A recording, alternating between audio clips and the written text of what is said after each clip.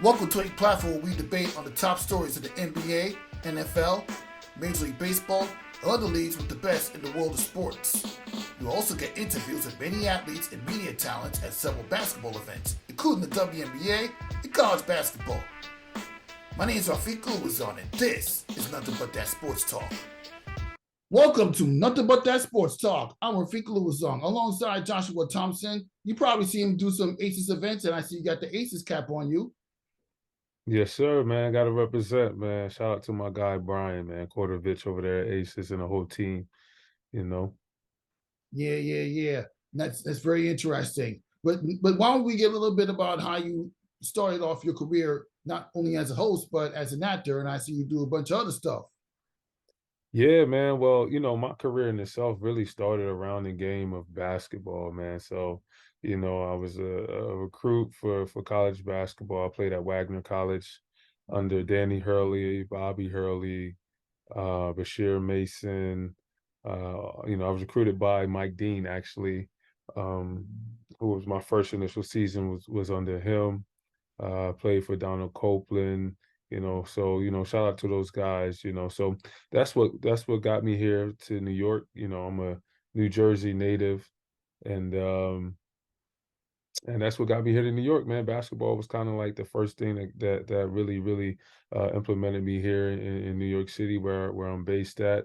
And once you're in a city like that, the door is wide open for many opportunities. So following the game of basketball, I got into the modeling and fashion industry.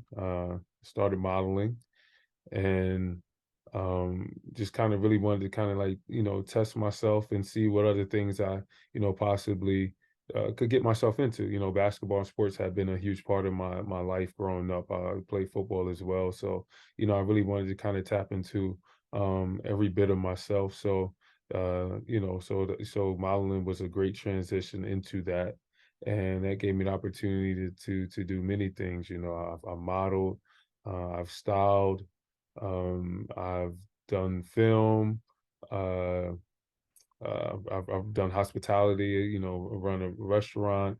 And then, as we speak about, media and sports, that's just kind of being a big part of who I am and my background, and being connected to the game, as a player, even as a coach, as a grad assistant there at Wagner. So, just kind of being around the game has always been a huge part of my life. So, hosting, you still get a feel for the game. You get to be on the court, get the excitement going, get the crowd into it.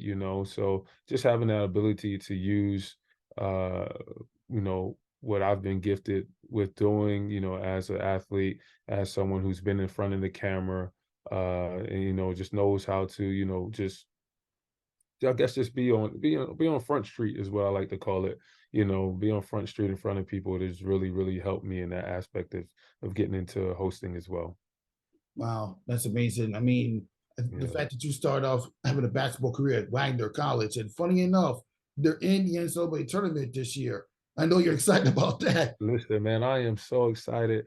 When I look at, people see Danny Hurley at UConn, and obviously they won the national championship last year, and see the programs that he has impacted, and just the way that he's been able to really just take college basketball by storm in many ways. His impact is a huge part of the success, just kind of like trickling down.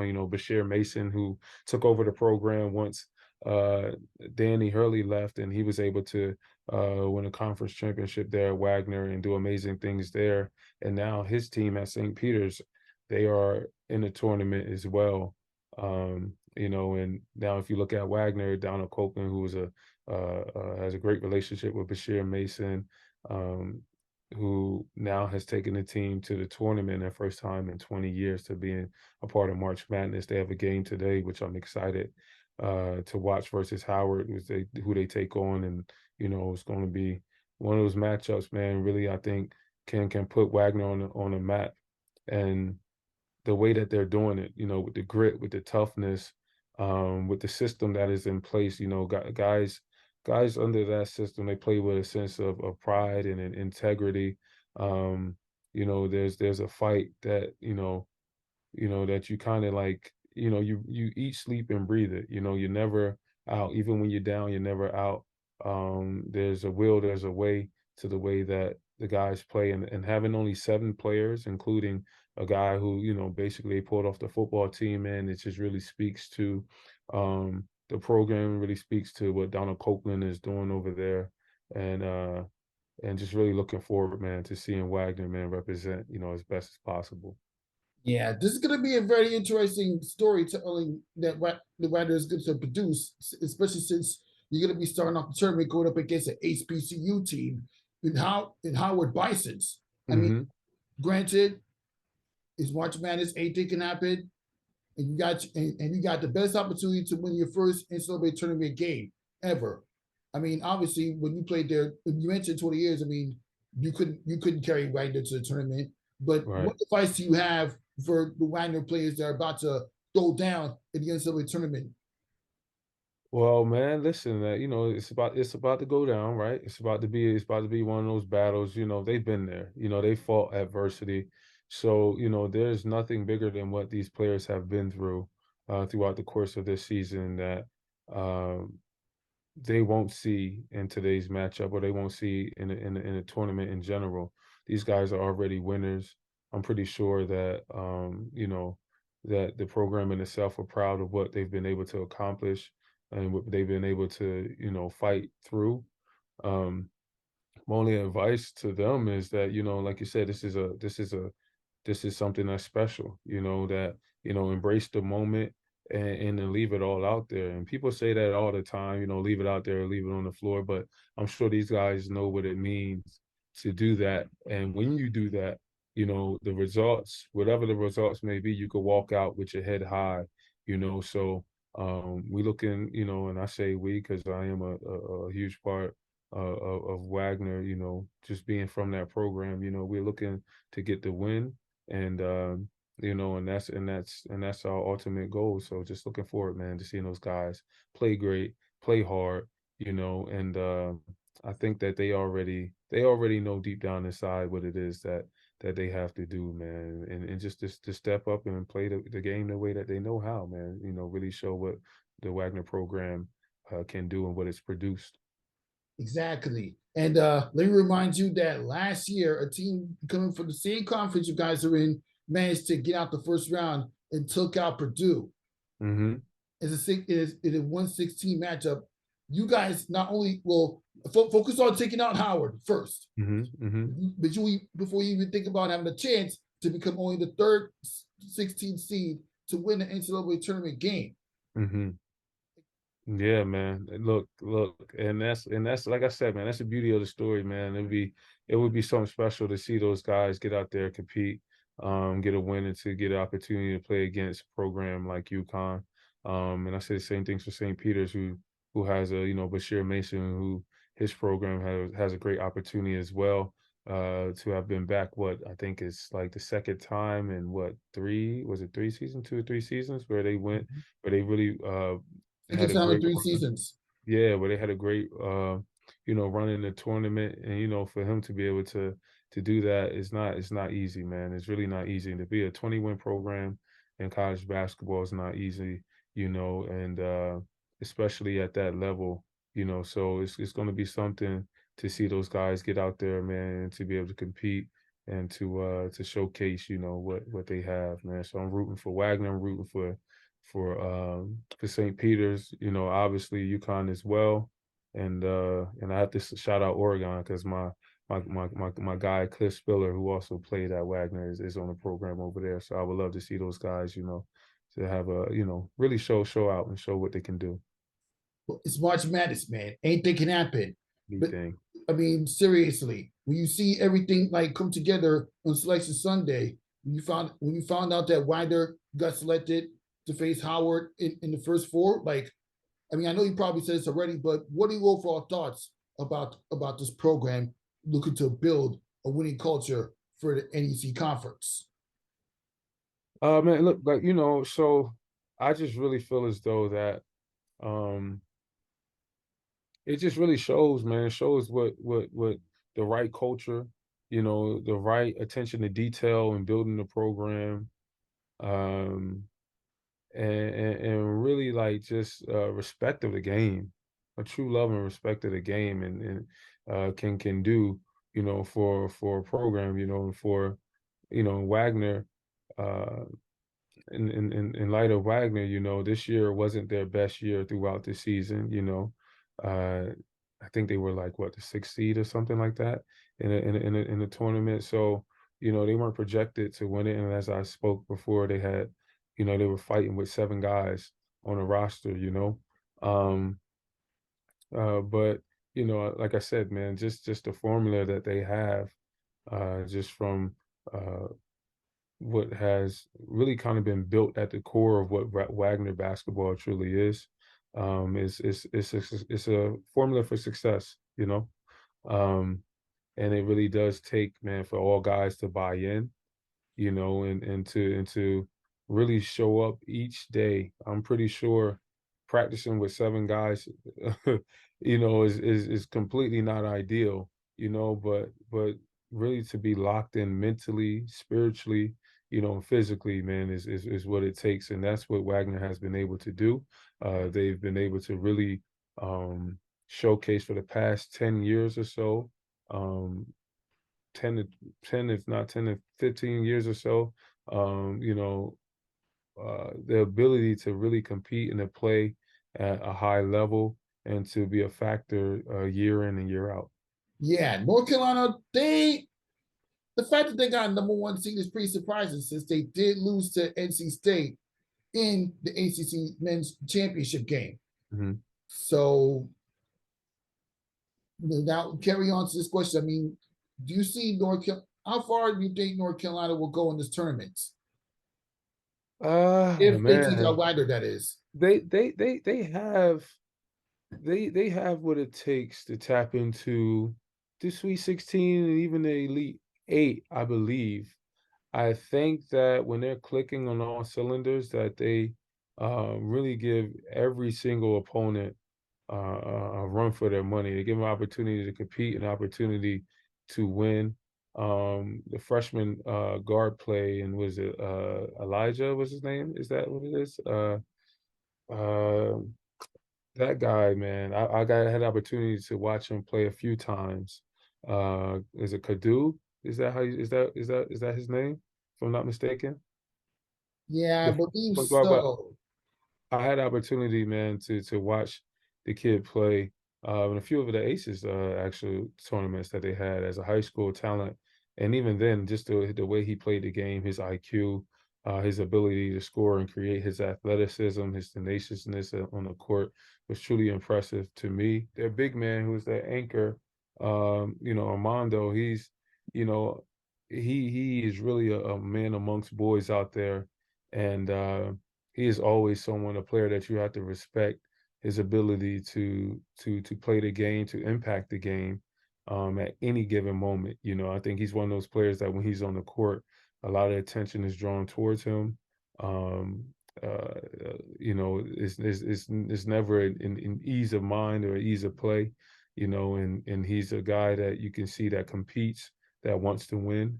And I think that, when, like I said, when they come to play and they play the game, at a high level, and those guys get clicking, that they can really, really, um,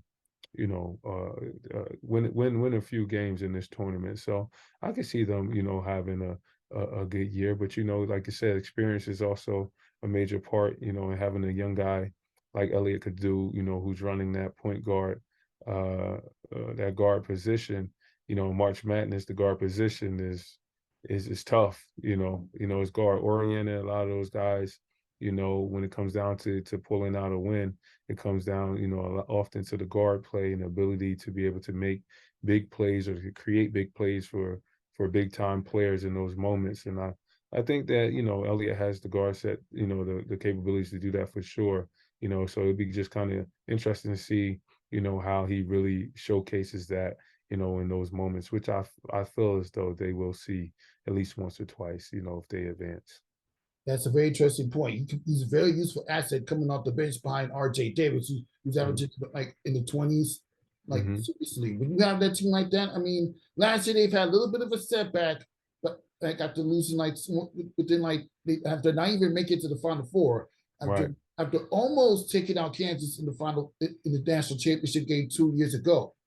But this tournament run's going to be different for North Carolina, and good thing St. Peter's will have to see North Carolina at any point in the tournament up until at least the championship game, assuming that St. Peter's can build off of that playoff, build off of that run that they've had two Right. years ago. They're going to be facing Tennessee, and Mm-hmm. as a number 2 seed, I can't take Tennessee lightly. Nah, you can't. You can't. You can't. You know, that's a program, man, that has been built, on the back of success, So, as you said, yeah, you can't take them lightly. And I haven't had the opportunity this year to really watch much of Tennessee, play. But whenever you see that name, there always is a level of respect that comes with it. So, them being the number 2 seed, I'm pretty sure is not for nothing. So, that would be interesting as well to see how that pans out. Yep, that's very interesting indeed. Now, this past week, I had a chance to go check out some games in the 1910 and Big East tournament last week.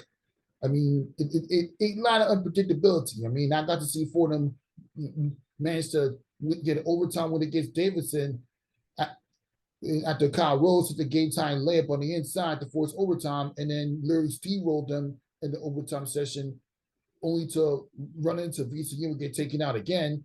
Sorry about that. And yeah, Mhm, we saw VCU manage to reach the 1910 championship again, but unlike last year, they couldn't put the nail in the coffin.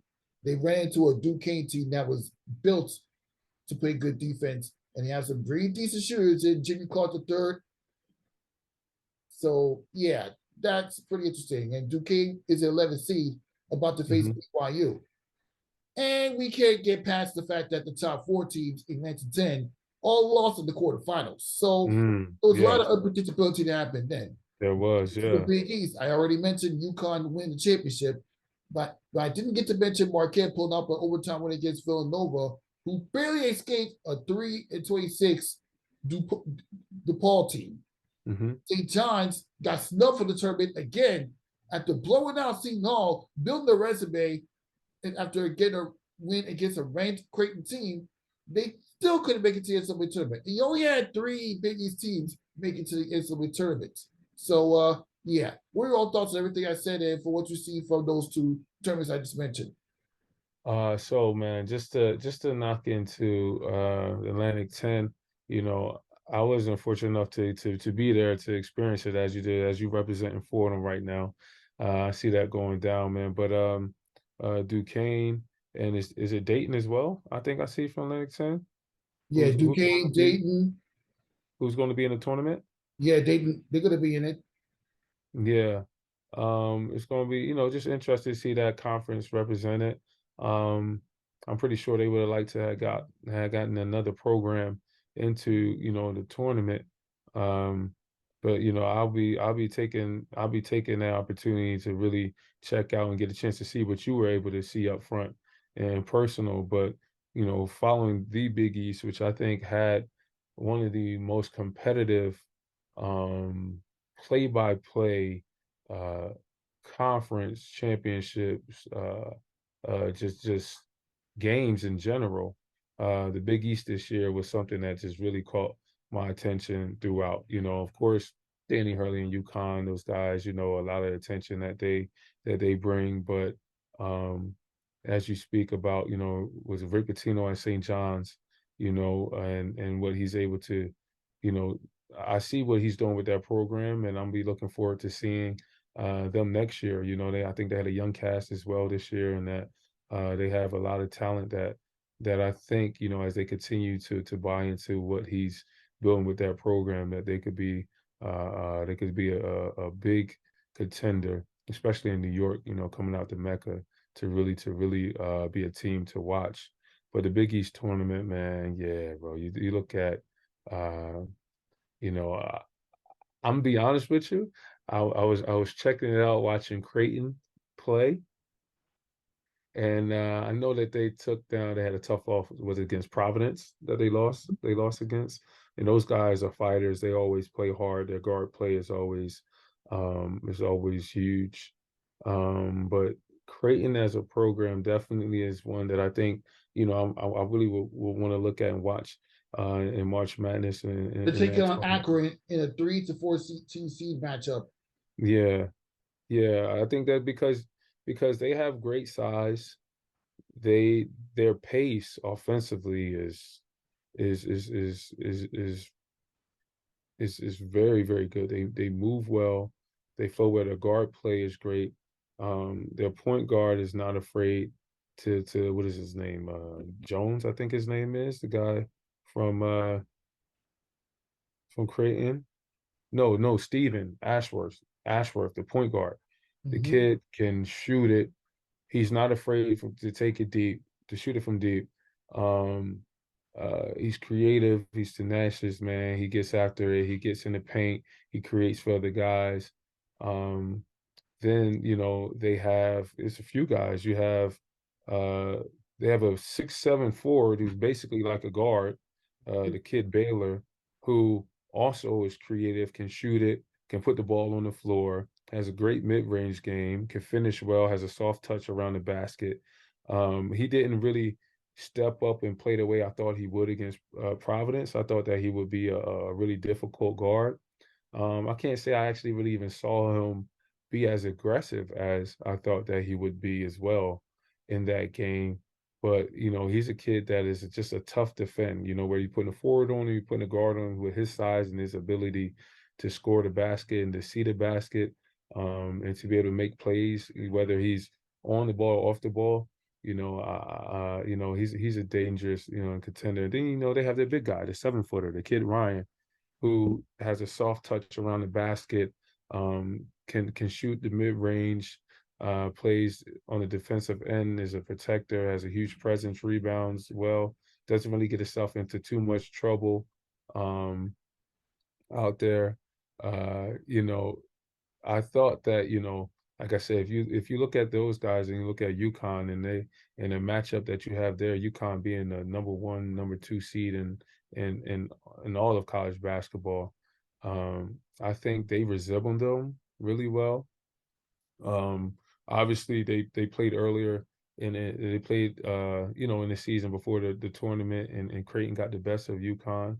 Yes, Um, they did. That was a good game. yeah, yeah, and that was and that was and it was a win where those guys that I just mentioned once they get going, it's really really tough to kind of to fight back. The kid Trey Alexander, the other guard who has great Mm-hmm. size, he's about 6'4", can create, get in the paint, defensive presence, can shoot it. Amazing mid range game, which I think is very very uh good to see, especially in a tournament, but in college basketball, guys that are comfortable getting inside the paint, getting inside that 15-foot, 17-foot range and really being able to score it and create, and open up the floor by being able to score at all cylinders, man. So, it would have been interesting to see Creighton go against UConn, after the matchup that they had, in the regular season. But, lo and behold, UConn being who they are, Danny Hurley, building programs the way that he does, man, I was happy and excited to see them win. And, you know, the team and the program they bit there, man, they're sound. They have great foundation. Marquette, who has some dogs. Those guys are fighters. They're scratching their claw as they did their way to the championship game, man. Who can really compete. You always love to see. What's that championship game at first half? The score was what 26-24 at the first half. Mm-hmm. So and that's the basketball you want to see. Obviously UConn was able to pull away, and they still kept it exciting. But the Big East, holding the tournament at Madison Square Garden, it doesn't get any better than that. To be able to be He on that signed an stage. extension to have it tournament until at least 2032. Hmm. So it's going to be more Big East to the guards to look forward to. Yeah, man. So, as we spoke about them only having what three teams, into March Madness with guys ranked 32nd, was it like St. John's or something, like 32nd and like 57th and Yeah, like you know I believe they were on like 32nd in net rating. Yeah, yeah. Like it's tough to see, And they were not one of four the and ten teams. in quad one victories. Hmm. Yeah, If they had yeah, gotten a bit better at getting quality wins, they probably would have had a better chance. But you know what? yeah. It's unpredictability at this point. I mean, they were first four in after getting the win against Seton Hall. But once Hmm. Mississippi State and some of the other teams managed to get big wins during conference week, that's when things kind of tumbled for St. John's. If Right. only they had defeated UConn in the semifinals, they probably would have had better luck. But Oh yeah, yeah, it's March Madness. They obviously would have definitely made a tournament for sure if they had defeated UConn in semifinals. But yeah. obviously, as tough as competitive as St. John's played, from what I saw at the biggest tournament, UConn was clearly the better team. They got some Hmm. good shooters. Candace Benner can shoot shots. Tristan Newton can knock down Hmm. shots. Hmm. Alex Carrington can shoot on low post. Like Hmm. you can only hope that they miss when you try and slow them down the type of offense that UConn has. Right, Like right. they battle tested. They got these Hmm. slow starts at the beginning, and then that's where they started firing cylinders when you get to like towards the end of the first half and second half. Right, right. And imagine you catch those guys coming out the gate and they really, just clicking on all cylinders. I think, them being one thing about Danny Hurley, he always creates a defensive minded team, and with the freedom to be able to really create and make plays happen on the offensive end. And a lot of times that's what dictates a lot of those wins, them being so sound defensively, really cutting out and grinding out stops, possessions after possessions, they start to add up in the flow of their offense, as they're pushing the ball ahead. They got guys who are going to run the floor, guys who are going to get to their spots. Like as you mentioned before, the kid Newton who can really create. I think he's a vital point in their program and for that team, man, on them being able to really, really be able to get back to that, championship spot and being able to compete for the championship, in the tournament this year. I think, his ability to create and the knockdown shots, but also defensively to make plays to help get stops. Obviously, they have the big guy in the center who I love his game, man. Like I think he plays the game the way that that you would look at him and hope that he would, he runs the floor, he doesn't get himself in trouble, he doesn't commit, too many like, dumb fouls. He finishes, keep the ball high around the rim. He has a great soft touch. He stretches out the floor. He comes out, sets the screen, and this is a factor. Being able to finish, whether it's catching the ball 10 feet away from the basket, moving, or if it's right underneath the basket, and you could kind of sense that guys know where he's going to be at on the court at all times. And he knows how to get the guys in the right position, in general on the court, in their offensive set. So, as you said before, the shooter, well, they have a couple of shooters, but what's my guy's name? The kid, Cam, yeah, Cam Spencer. Once Spencer, he yeah, gets I going, man, mentioned. and like I said, when their defense turns into offense, when they get you in transition and you lose that guy, it's over. It's over. And I never see him take a shot where he looks uncomfortable. I never see him take a shot These guys look where like they're not afraid to take some shots on the they're court. not afraid, man. They're not afraid. They shoot every time, whether it's contested or it's wide open. It's the same shot. It's the same shot, the same look, whether they're making it or missing it. And I think when you're playing against guys like that, you are always on the lookout for them, clicking. And when you have guys surrounded around you who play like that, and you got that mentality with Danny, leading the ship, you pretty much you got a chance, man. You're always fighting, and you always got that feel of we can make this happen, So Yeah, like I said, UConn's going to be a team to beat in this year's tournament, just like they were a team to beat last year when they won mhm, it all. I mean, they weren't the number one seed, but they did win it all. And I managed to speak to some of the players in the locker room, especially that Davion Clinton kid. They were talking about.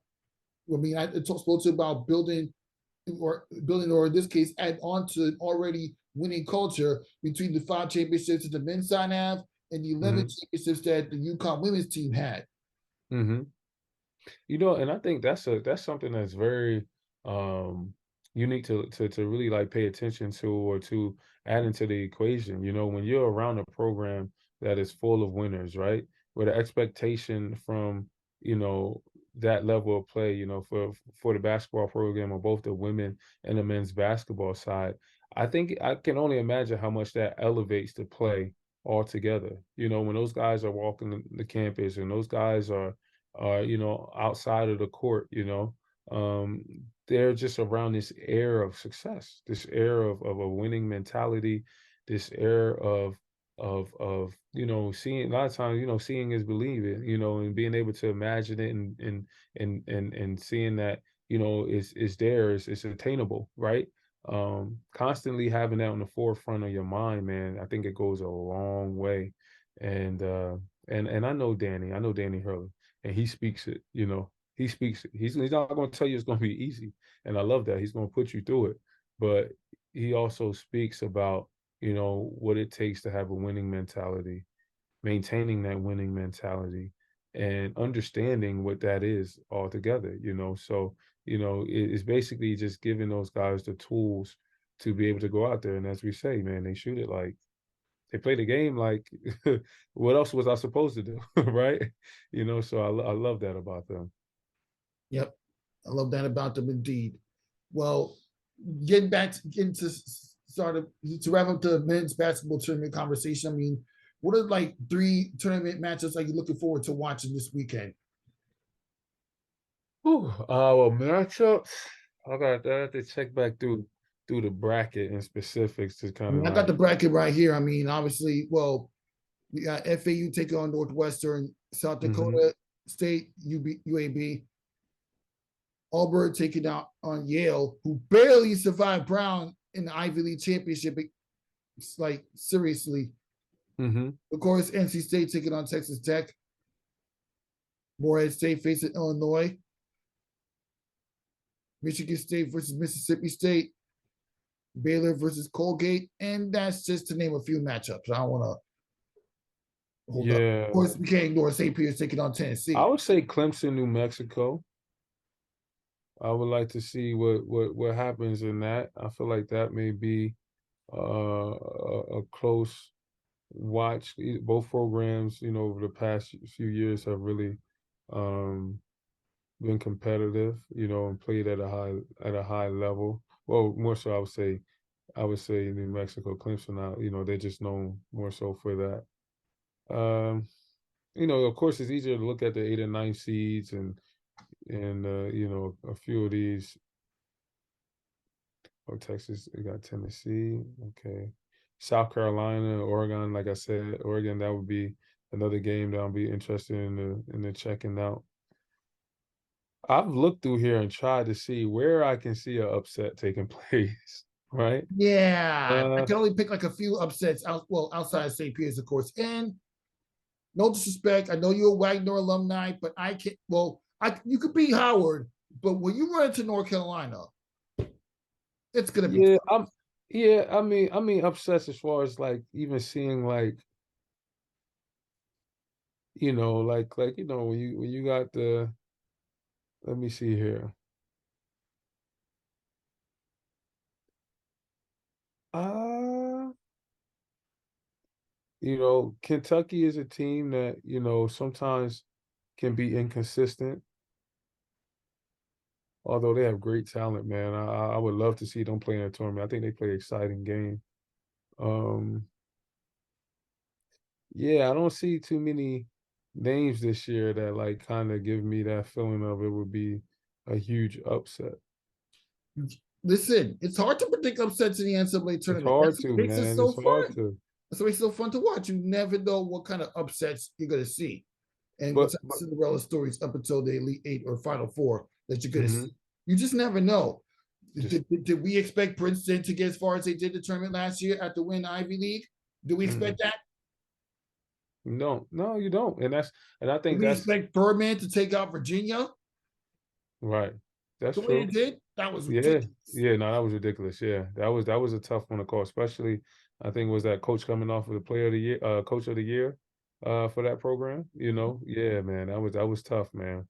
Um, that's why I say it's so interesting. Like the way that the game has really evolved on each level. Of course, there's some programs in which you can kind of like a little more easily like make a call for it. You may feel, but yeah, man, there's been so many teams, so many players to watch. I think this year, as we talk about, transitioning out of like men's basketball and which hope we speaking more so, getting into women's basketball. I think this year, um, women's basketball has really, really, man, ignited and excited a lot of fans of the game of basketball.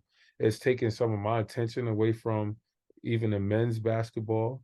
Um, and I've always had my ear to the ground, my eye, you know, always kept an eye on women's basketball since I was young. I was always a huge fan of watching, Cynthia Cooper and Cheryl Swoops and Tina Thompson and Lisa Leslie and all and just the Don't game forget of Candace Parker at Tennessee. That was yeah. Well, back-to-back can championships. Candace Parker, that's on a collegiate level. I'm just speaking in regards to just women's basketball in general, which always kind of like sparked, Mhm. my attention. And you talk about Candace Parker. Candace Parker, was someone that I always just I was always excited to see her watch. I don't know if it was just overall just her play. I thought she was a beautiful woman as well. Just taking my shot at Candace. But so she always was somebody that, in respect to, her ability to really entertain. She was in the McDonald's All-American slam dunk competition. She won, I think, right? Candace Parker coming out of high school. I believe so. Yeah. Right? I don't know. Maybe we had to check that out. But if my memory doesn't, get past me, I think she was a winner in that. So, but just seeing the way that yeah, I'm checking this out now.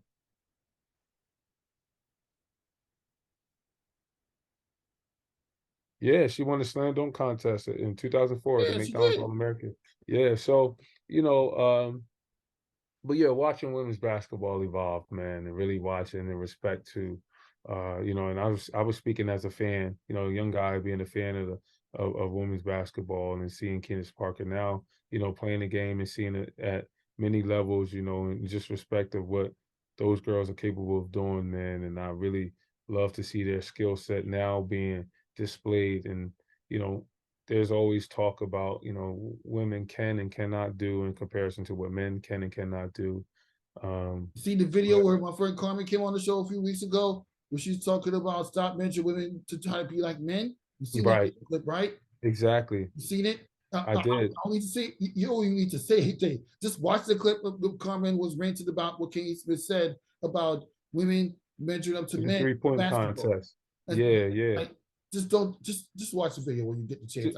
No, I did. I did. Oh, I okay, watched the video. okay, Yeah, and I saw okay. it. She was talking in regards to Kenny Smith and what he spoke about with the 3-point contest with Steph and what's her name? Ionescu. How you say her name? Sabrina Ionescu. Yeah, It sounds Ionescu, like right? Ionescu because the Sabrina, eyes are right, threw you off, but right. And he and how until the PR put a little bit at the time, it was on Aisha Howard and said it's Ionescu, Sabrina Ionescu. okay, and that's cool, right? And how was it Kenny Smith has said about And King Smith said well the it. girls she might have should have shot a little bit closer. The girls basketball is Don't small. disrespect women like that, please. Yeah, You no, you watch know growing what? up women's basketball to not disrespect women when they can't Yeah, dunk or they can't score. We watch enough of that. yeah, man. No, you go and watch those girls play, and I've seen these girls play with the basketball that the men use in their hand. I've had the opportunity to watch them in some pickup runs and some plays, and I've seen what they were capable of doing. And trust me, they didn't care about the size of the basketball. They got to it and they played the game. Um, you know, obviously, I don't know if Kenny Smith in saying that, if in his mind he was like, "Yo, I'm just going to disrespect women's basketball." I think that um, just overall, just speaking that maybe if you just talk about the size of the basketball in some sense, then maybe he has a say. But I still would say, just the ability to shoot it. What she scored 26 points in that 3-point contest, and that's with 26 Damian points, and which that's with is Damian almost as Lillard much won as what also. Damian Lillard scored when he won his 3-point Right. shootouts. Oh, Stephen Curry literally surpassed her. My heart dropped. Yeah, and my question is, and to that, we can also ask, okay, well, if you give a man a women's basketball, would you see that same result?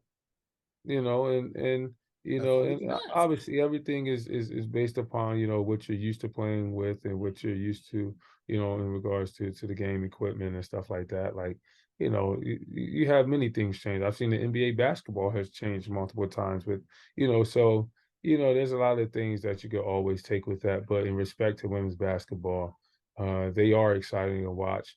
And people that talk about, oh well, I want to see ain't nobody dunking the basketball. Well, there's women who are dunking the basketball, and there's men who You can't just dunk saw the basketball. Hanju did a dunk at an international game not too long ago. Mhm, That was ridiculous. mhm, I always knew Hanju had the potential to do a dunk.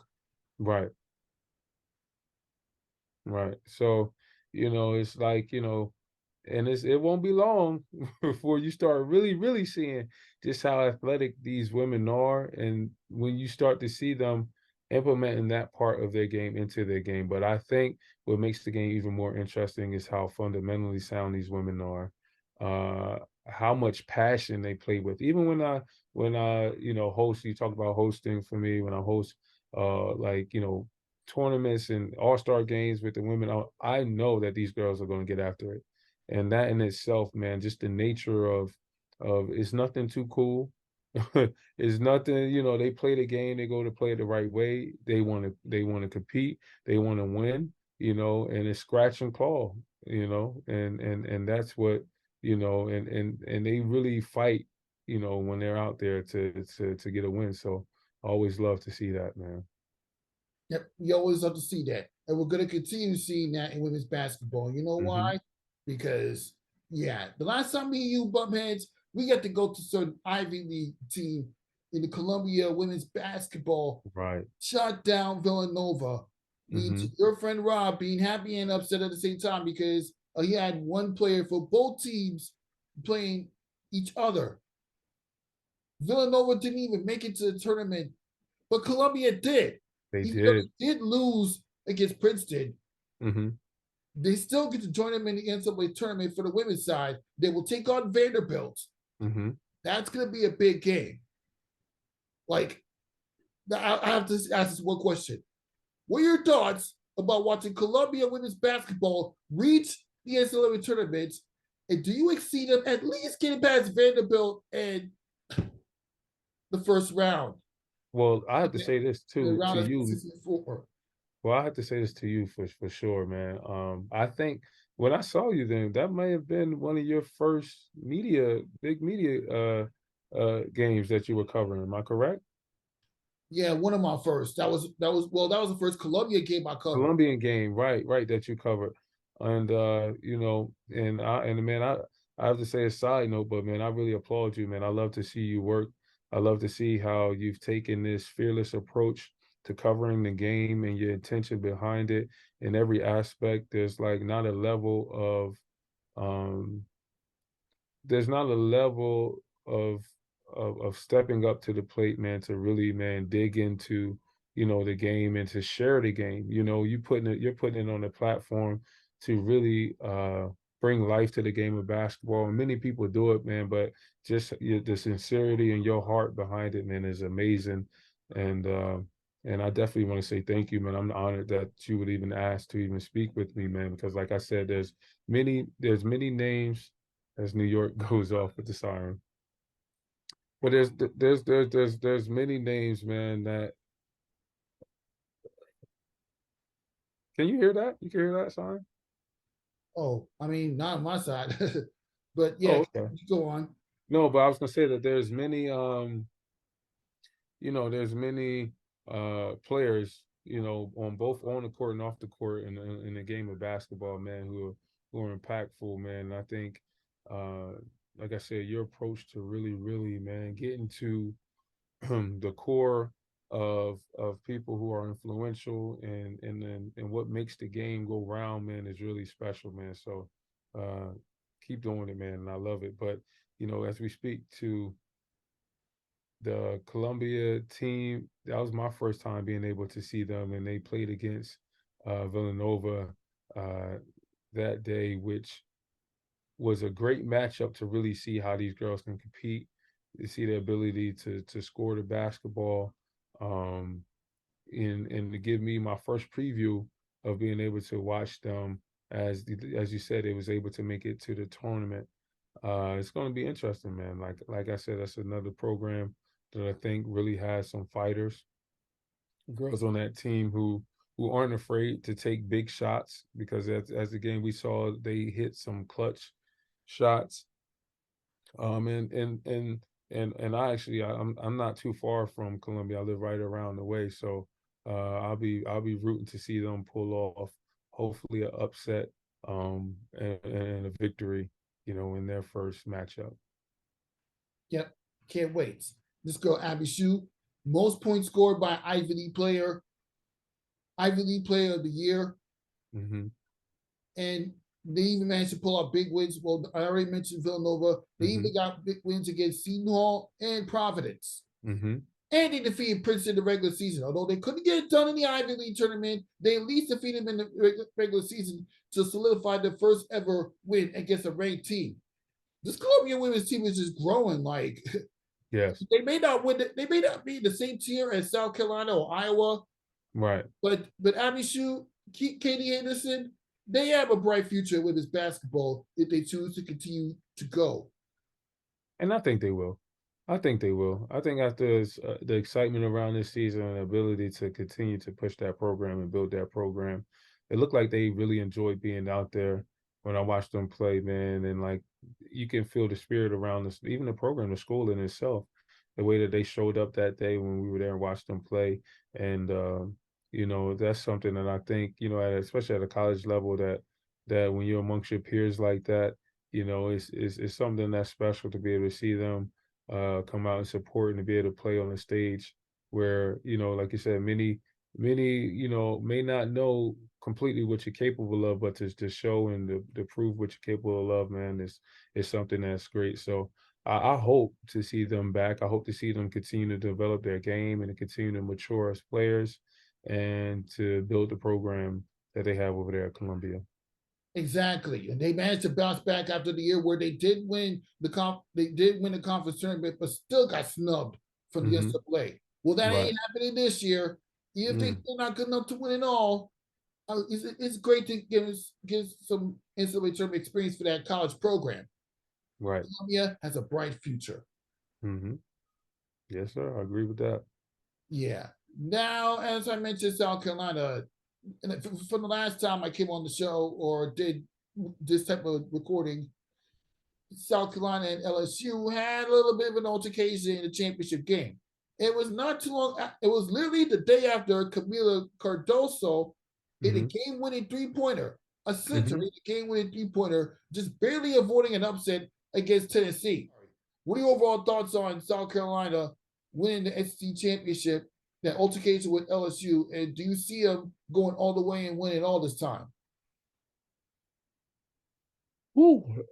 As I said earlier, man, I kind of get like a fire inside when I begin to speak about women's basketball and in a play like that or a situation like that. Of course, you don't want to see a fight go down, but it just speaks to the level of intensity that these girls play the game with, that their approach, their intentions behind really playing the game and competing, you know, everybody wants to smoke. And if you don't, these girls are talking to each other. I mean, if you watch them, it was not just LSU, not just South Carolina. You look at Stanford, you look at Iowa, you look at all these programs. When these girls are playing, they are talking to each other. They are like they talking trash. They really getting after each other. They talking trash both They on the they court, big talking. both on the court and both on the court and in the press conference. And all Mo can say is, "Don't attack her. Don't attack her like that. Attack somebody else." That's all you can say after what went down. You do Right. if you're gonna show somebody else or whatever. That's all you gotta say. No, man, listen. these girls, man, when I saw that go down, I got excited. I got excited. And Angel Reese literally made it clear that she's not. She made it clear that one of her teammates, vouching for her teammates, that they're just as important to the program as she is. Right. Absolutely. Absolutely. No, like I got excited. I got excited because, you got to see people in the heat of a moment, at that level. That's like that. What more can you ask for when two programs who have players who, now, with college basketball, you have stars, man. You have stars before, but these people are like they're stars. Some have their NIL deals, or in all kinds of different social media, So to see that, especially with women's basketball, it's pretty, but it ain't pretty. like these girls are down to really get after it, to fight for their teammates, for their programs, and they want to win, Unfortunately, you see all the players come off the bench and, half the majority of the team can't go forward with playing in the game. Um, but still, that builds that excitement. That's what I'm looking forward to seeing. I hope I get to see them play against each other in a tournament, and really get after it. They're both very talented teams, with players who are ringing bells, who have become household names. And as you spoke before, the big from South Carolina, what's her name, what's my Camila name? Cardoso. Yeah, Cardoso. Her first collegiate three ever, and it's a game winner on a big stage. Her stepping back and shooting that, like that, man, was something that, I think that really ignited something even further into their program, man. Just kind of really stamped, their intentions. I think, coming up short last year, really, really has sparked something in them. And it really speaks to how she has stepped up and carried, some major weight on her shoulders for that program. Because coming into this year, you know, as a fan of South Carolina basketball, women's basketball, for anyone who's a fan of that program, pretty much, you were hoping to see her be able to step up and carry, you know, a big load, but she has done that. She hasn't wavered. And she's not afraid to step up for her team, as you can see when she ran over and pushed Johnson from LSU. That's one of those things, man. With a player like that, man, that you got to root for a program like that. And Dawn Staley was an amazing coach. I think that this year they really, really want to showcase that not only are they a program that last year, they just felt that they fell short, but this year that they're back and they're back to take it all. So, if you wasn't scared before, if you thought that they were going to shy away, that no, they're bringing all the smoke. And I love to see all the smoke coming from every single program in women's basketball. I'm excited, man. I'm excited, man, to watch women's basketball, to watch college, the March Madness from the women's side. I'm excited to see what these girls can do. Yeah, man. Yeah. Yeah, it's going to be exciting indeed. I mean, seriously. But let's continue the women's college basketball conversation. Hmm. Obviously, Iowa managed to win the Big Ten championship, and Hmm. Caitlin Clark is having the year of her life. All-time scoring record, all-time winning scoring record, knocking down three-point shots, and game winners throughout her career. What more Hmm. can you ask? Do you think that this will be the year that Iowa wins the national championship, or will it be the field? I feel there's a lot of focus on Caitlin Clark. She's obviously a special talent. I think that it's tough. It's tough, man. She carries a lot in that program. There's a lot of wear and tear.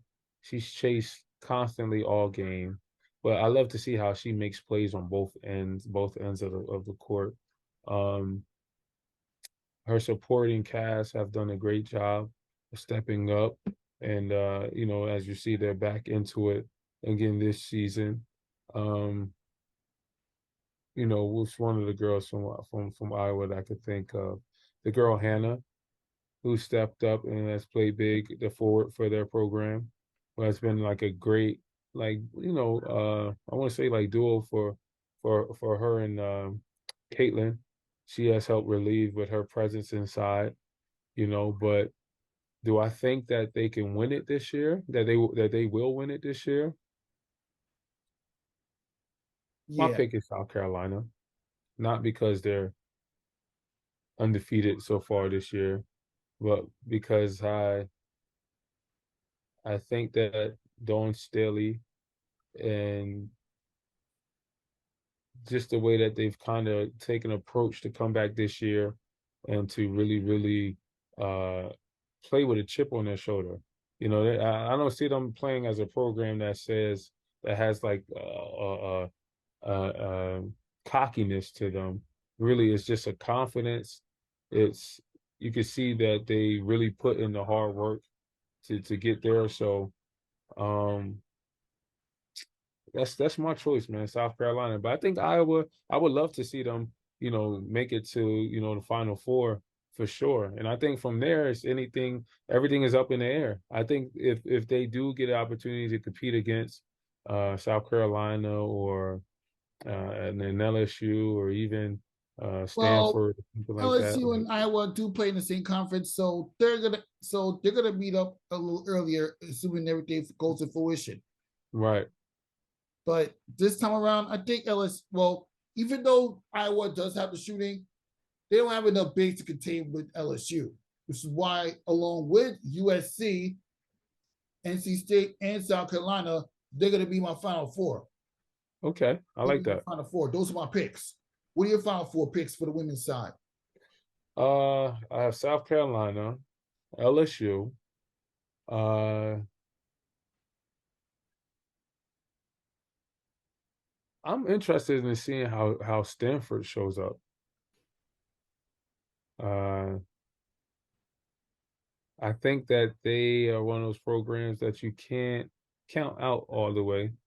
I think the girl Cameron has been playing great this year.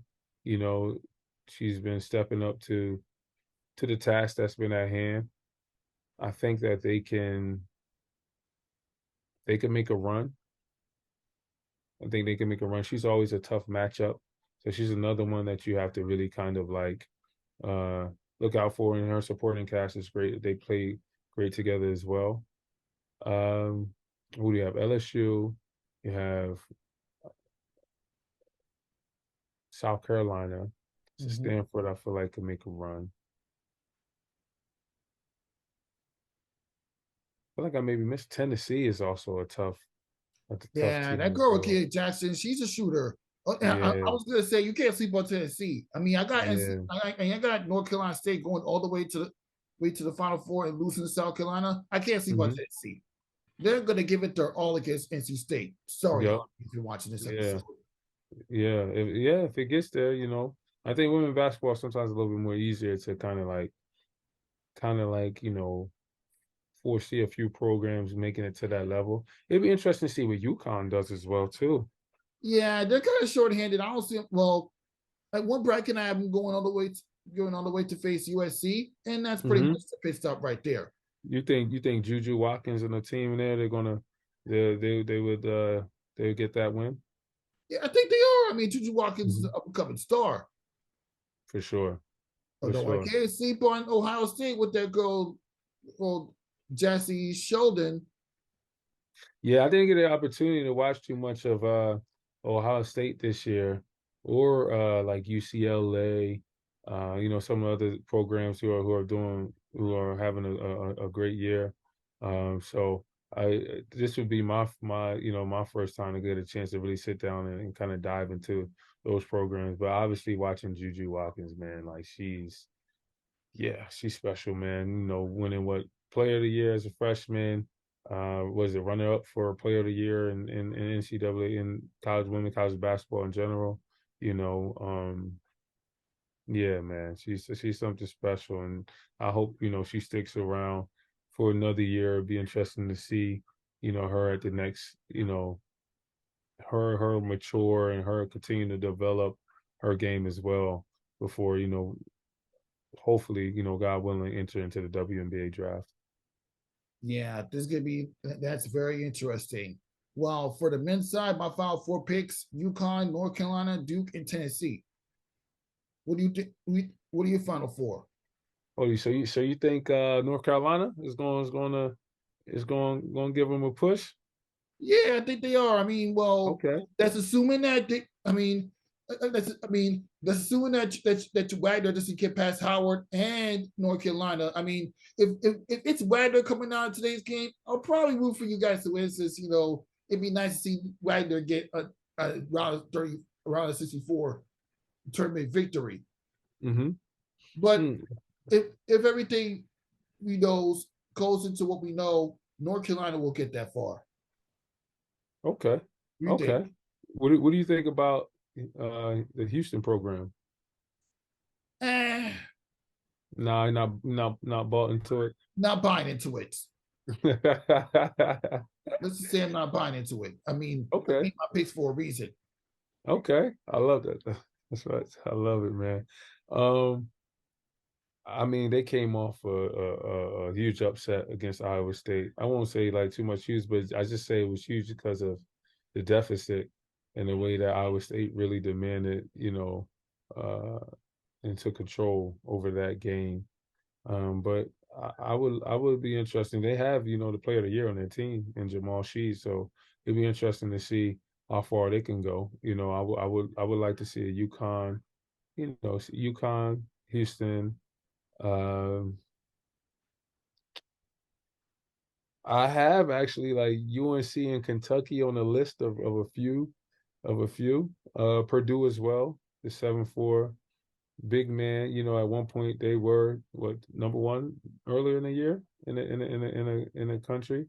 Um, who knows if they can kind of really kind of get that back into motion and really get a swing of things. I mean the guy, their big man, what is it, Zach? He's 7-4. So, that's always going to be a tough feat. Who knows what the matchups are going to look like along the way, what teams they may get put in front of them if they can get past that first or second round. I think that third round they can really create some problems. But yeah, Kentucky as well. Uh, I think they're a big exciting program to see play. So I kind of, UConn, I have Houston, I even also have Iowa State on there. Um, there's somebody that I'm keeping an eye out for. I don't know if they make Final Four, but yeah, there's a no program I have my eye out for, but I kind of have UConn taking it this year. So Okay, that's a mhm. very interesting. Can't wait to see how it goes down this week. All right, now we get to continue talking about some other stuff. Like you mentioned earlier today that you've done some acting throughout your life. Like, why don't you name some acting roles that you've had? Yeah, I mean, I've done some on film work. Acting is something that like was I had an opportunity to do some short film type work. Um, I did one was called Casanova Was a Woman, which was, way back, and I want to say was about 2018, 2019.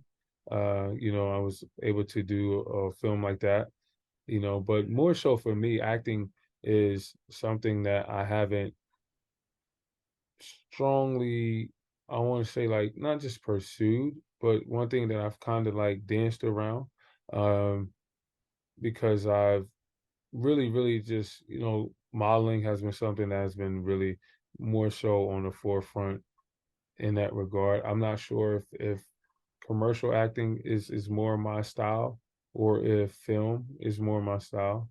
Um, I'm a little bit more interested in commercial acting, although I haven't really taken the time to really pursue that. I've had a few casting opportunities, and even as of late, uh, but I haven't really kind of like ran forward with that yet. I've been enjoying the hosting side of things. I've been enjoying, um, modeling as well, and even just lifestyle in general. My day to day life is any day could look like I could be involved with sports, with music, with hospitality, and just with the arts in general, creating something and connecting. I love to connect people. I love uh, to put two things together and see two great things together that mesh well to create something. So I'm one of those guys that quote unquote kind of like takes on a role of being like the plug in a sense, So um yeah, man, like yeah, it's acting. If it's acting one day, I did a recently I did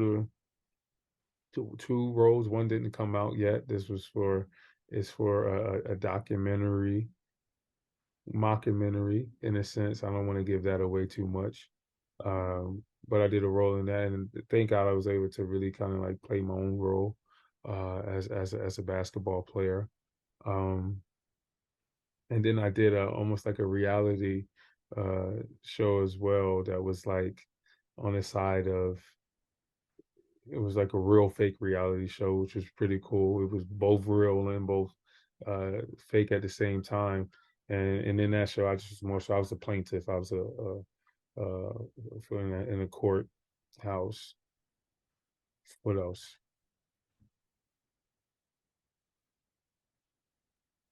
Yeah, so now I think those are the roles that I could think of. And I'm 9 times out of 10, I probably forget more things than not that I'm involved with. As I said, I've been a stylist when I've styled for Mariah Carey. Um, I've been a night model for Nike, model for uh, you name it. I've for many different brands as well, from Burberry to Balenciaga to you name it. And I've been able to. I worked on a documentary in the Ivory Coast in West Africa as well, as a producer. Um, yeah, man. I don't know what else really to kind of like dive into. I've hosted, All Star Weekend, Aces and Google.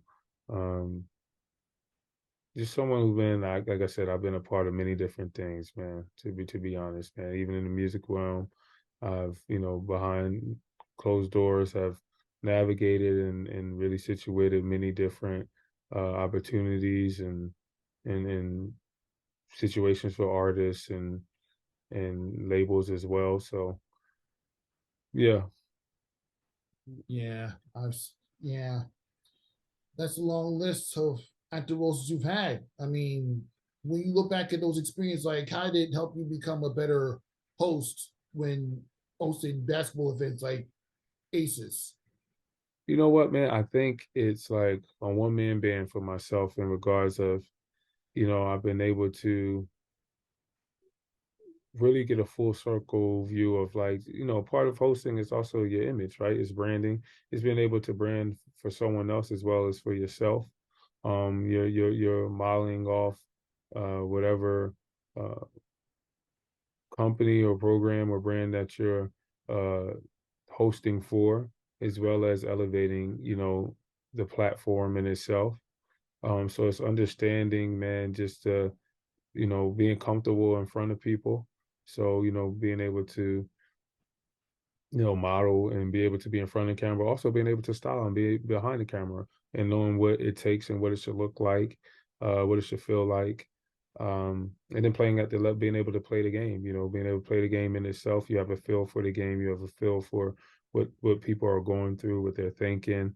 Um, and it's overall just being comfortable, man, confident. Anything that you do, being able to have the experience and to be uh put on big stages, time and time again. You begin to kind of like grow confident, but also comfortable, in the environment. So it's really helped for me to be able to host, to be able to hold a mic and to be able to speak, in front of people and to be confident in what I'm thinking and what I'm saying. But also being able to entertain as well and understanding that aspect and seeing how it all plays a huge part into, making an event or making, the game in itself a success. Exactly, and that success led to you not hosting Aces overtime events with Bianca Peart, who's doing a phenomenal job. She was interviewed on Aces not too long ago, and Hmm. shout out to her because she has a chance to be a content creator for NBC Surfing. It's one of the 4 finalists. I mean, I gotta give her love and respects for that one because she's really working hard to try and nail that exclusive on-air gig, not just the ones in a few months type of thing, but full time. Full She's time. working hard, and that's all I'm going to say about that. Well, What do you love about being able to work with Bianca at so many different events throughout New York City? yeah, man, I have so much to say about Bianca, man. I could be here all day.